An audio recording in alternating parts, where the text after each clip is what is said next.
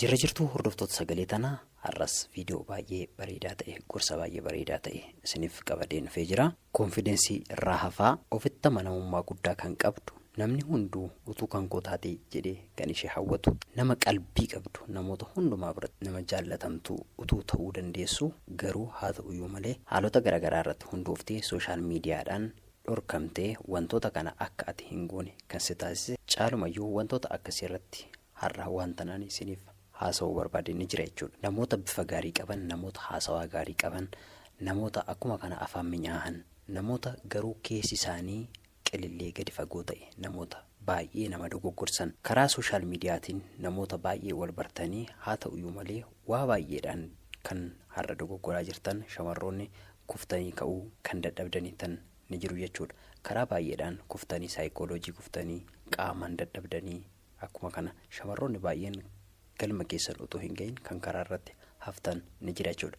Har'a waa'ee dhimma kana irratti kanan har'a isiniif haasawuu barbaadu. Kaayyoo keetti maaltu daangaa sitti ta'e yookiin karoora kee akka fiixaan hin baafne maaltu gufuu sitti ta'e amma of fuulduraa kaasuuf yeroos fuulas itti kennuu akka hin qabnedha jechuudha. Kanaaf wanta kana duubatti deebitee yaaduun yookiin immoo wanta kana teessee cimsitee itti yaaduun siif bootaa guddaa yookiin immoo carraa guddaadha jechuudha. Kana malees namoota biroo kan biratti nama koonfidensii qabduu fi nama baay'ee cimtuu, nama qalbii qabdu, nama jaallatamtu jedhamtee akka ati jaallatamtu wantoota si taasisuu danda'anidha jechuudha. Egaa gara viidiyoo kootti utuu hin darbiin dura yuutuubii koo sabiskiraayib sheer gochaa hin jirtanii viidiyoo kana fakkaatu dafee akkan isiniif hojjedhuuf sabiskiraayib namoota biraatiif immoo sheer gochuudhaan koppii liinkii isaa namaallee erguudhaan akkana jajjabeessitan jaalalaaf kabajaan isin gaafadhaa. Gara viidiyoo kootti isin dabarsa. Inni jalqaba wantoota bira darbuu hin qabne, wantoota yeroo itti kennuu hin qabne, wantoota ammumaa kaastanii dalagaarra oolchuu qabdan.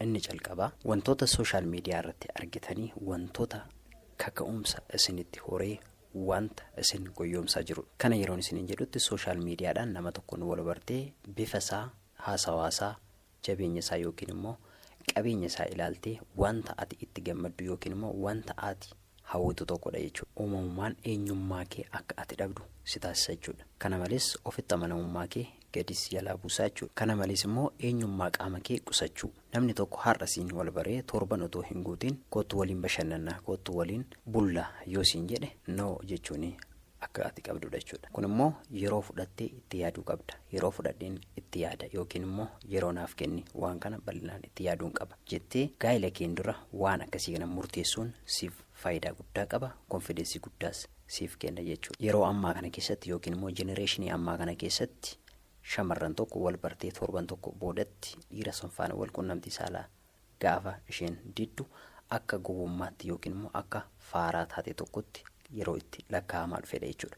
Haa ta'uyyuu malee shamarran kaayyoo qabdu, shamarran karoora qabdu tokko har'uma kana wal bartee har'uma kana dhiira san faana akka barbaadde ta'uun yookiin immoo kabaja ishee gadi buusuun isheedhaaf hin malu jechuudha. Inni kun koonfidensii akka ati dhabdu yookiin immoo kabaja kee akkasiif gadi buusu namni sun ilaalcha inni qabu akkasiif gadi bu'u taasisa jechuudha. Wantoonni akkasii kun immoo kontiraata jaalalaa jedhamu. Kontiraata jaalalaa jechuun wantoota itti fufaa hin taane yeroodhumaaf calqabee yeroodhumaaf kan dhaabatu jechuudha. Shamarran afur yookiin immoo dhiira afur arga tokko jaallachuun akka ciminaatti yookiin immoo akka waan dandeettii qaban tokkotti yeroo itti ilaalamaa jirudha jechuudha kan arginu. Haa ta'uyyuu malee mana hundee hin qabne yookiin immoo manni hundeensaa gadi fagaatee hin dhaabbanne qilleensi kuffisuunsaa hin oolu.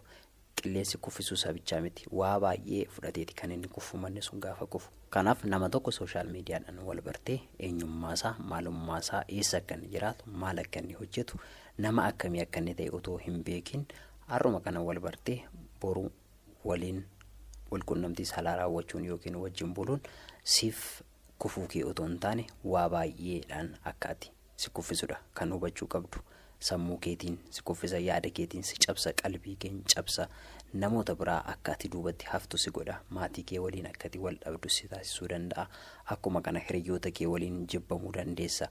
Haa ta'uyyuu malee ulfi dhufuu danda'a, garaatti si hafuu danda'a, yeroo malee dahuu dandeessa. Kanaaf kana yaaddee kabaja kee sana itti gurguruu hin qabdu. Kanaaf kaayyoon kee inni jalqabaa wantoota ati sooshaal miidiyaa isaa irratti ilaalte yookiin haasawaasaa yookiin qabeenya isaa yookiin bifa isaa makiinaa inni qabatu ta'uu hin qabu. Inni kun siif dogoggora guddaa uuma jechuudha. Filannoon kee kaayyoo kee boruu karoora kee galmaan ga'uu yoo ta'e garuu namni sun kufee ka'ee si barbaaduu danda'a yookiin immoo si kabajuu danda'a jechaadha. Nama kan fuulduratti illee jaalatamaa yookiin jaalatamtuu ta'uu dandeessa jechuudha. Kanaaf shamarroonni keenya of eeggannoo guddaa gochuu qabdu. Adeemsa keessan jijjiiruu qabdu. Adeemsa keessan sirreeffachuu qabdu jechuudha. Fakkeenyaaf dhiirri tokko har'a wal bartee torban tokko booda yookiin torban lama booda wal arginee haasofna siin jechuu danda'a. Ishi jettee gaafatti wal arguu feetu algaa qabannee haasofna mana algaatti eenyee haasofna siin jechuu danda'a. Kanaaf yeroo sanatti ati deebii natti kennitu maalidha? Yoo isa jaallatu ta'e ishi, yoo isa hin jaallatu ta'e garuu lakki jechuu otoo hin taane yeroo sanatti guutummaa guutuutti lakki. Maaliif as teenyee haasa'uu dandeenya yookiin kaaffee yookiin mannaaffashaa kana yookiin immoo lafa saayilentii ta'e lafa bootaa ta'etti wal arginee haasa'uu dandeenya jettee diduu qabda jechuudha. Haa ta'uyyuu malee ofitti amanamummaa hin qabdu ati yookiin immoo nan amantu ati siin jechuu danda'a.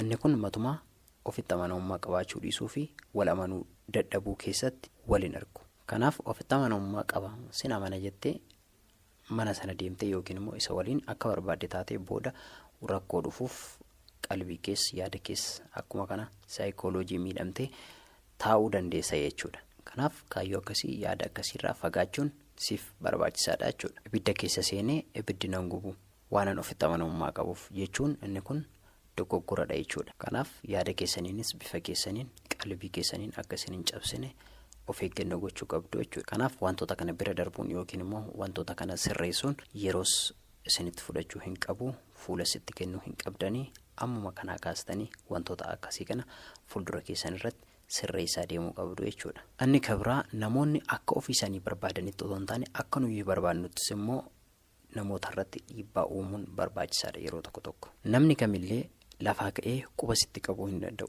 yookiin immoo namni kamillee lafaa ka'ee harka isaa sirratti kaasuu hin danda'u. Quba sitti qabuudhaan dura wanta ati isa bira dabarte yookiin immoo wanta ati kolfitee fi ni jira jechuudha. Namni tokko sitti aggatee yoo kolfite borus sitti aggata borus yoo kolfitee fi kaleessa kolfiteetti itti aggadhee maaliif rukutee ilaaloo jedhee si rukuta jechuudha. Akka kana ta'uu hin qabdu ati.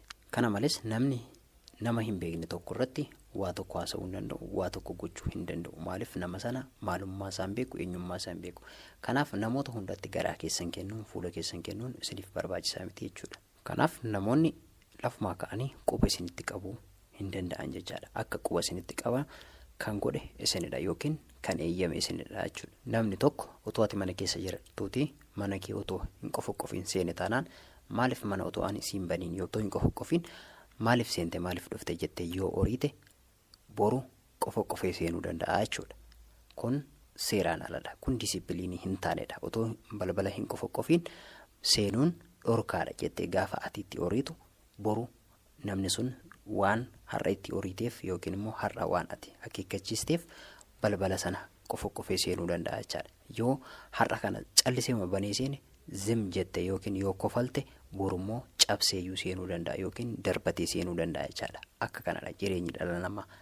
Dhiira tokko gaafa keessummeessitan siireesiidhaan fuula bareedaadhaan akkuma kanammoo jireenya keessan of eeggannoo guddaadhaan keessummeessuun isiniif barbaachisaadha jechuudha. Dhiirri tokko gaafa si lolu yookiin gaafa si ifatu maal jechuudha? Ani akka kana waan natti oriitu yookiin immoo akka kana waan natti haasoftu hin barbaadu. Haasawaa akkasiin jaaladhu jettee gaafa ati itti oriitu dhiirri sun sirreeffachaa dhufa yookiin immoo namni sun sirreeffachaa dhufa. Garuu yoo kolfitee fi har'a yoo sitti ore boru si rukutuu danda'a jechuudha. Kanaaf akkuma dursee isinitti hime namni tokko callisee quba isinitti hin qabu yookiin immoo calliseedhuma afaansaa isinirratti hin banu jechuudha. Isteeppii darbee dhufu qaba. Yoo isin caljalaa jettan yookiin immoo yoo isin bira dabartan aninni dhufee waa guddaarra isin ga'uu danda'u. Laphee keessan yaada keessan cabsee saayikoo keessan cabsee kan inni deemu yoo isteeppii xiqqoo bira dabartanidha jechuudha isin. Kanaaf wanta isin irratti biqiluu barbaade yookiin immoo wanta isin irratti guddatee dagaagu fedhu tokko hundee isaatti hin kuttan taanaan yookiin calqabuma isaatti buqqistanii hin gattan taanaan boru isin irratti dagaagee isin irratti kufuu danda'a, isin miidhuu danda'a jechuudha. Kun immoo nama jaallattan tokko qofarratti otoo hin taane namoota kan biratti illee of eeggannoo guddaan akkasii kan godhamuun haasawaa daangaa malee gochoota daangaa malee isin irratti akka inni appilaayi ta'u eeyyamuun barbaachisaa miti jechuudha. Akkuma dursee isin jedhe qofoqqofeen seenu taanaan qofoqqoftee seenuu dhiisuun kee dogoggoradha jettanii itti himuun barbaachisaadha jechaadha. Gara fuulduraa qofoqqofee akka inni seenuuf yoo siin eeyyamne ta'e hin seenin. Qofoqqofteetiyyuu yoo ani siin eeyyamne ta'e hin seenin jettee dhorkuun siif barbaachisaadha jechuudha. Mallattoo akkasii kana ittiin kennitan yookiin immoo ittiin horiitan taanaan gaafa lammaffaa irra deddeebi'ee gochuu danda'a jechuudha. Kanaaf boroftaan balbalicha darbatee otoo hin seeniin akka inni suuta jedhee qofoqqofee seenu itti himuun barbaachisaadha jechuudha. Kanaaf namoonni akka ofii isaanii barbaadanii otoo hin taane akka nuti jennes immoo akka isaan hiikkatanii fi akka isaan nu kabajan gochuun barbaachisaadha jechuudha. Kanaaf otoo waa hedduu isaa hin deemin namoonni ajaja kan isaanii qofaan yookiin yaada isaanii qofaan akka ati bultu yookiin immoo akka ati adeemtu gochuun ala yaada kan keessa fudhatanii yaada keen akka isaan deeman yoo hin eeyyaman ta'e yeroodhuma sanatti karaa kee jijjiirrachuun yaada kee jijjiirrachuun siif barbaachisaadha jechuudha. Anni kabraa kan hiriyoota keessaa ta'u kan hiriyaa kee yookiin kan jaalallee kee akkuma kana kan maatii keessaa ta'u iccitii eeguun siif baay'ee barbaachisaadha. Namni iccitii eegu nama baay'ee kabajamuu fi nama baay'ee fudhatama qabudha jechuudha. Hamma fedhe si haa jaallatu, hamma fedhe jaalladhu, hamma fedhe wal jibbuus dandeessu gara fuulduraas.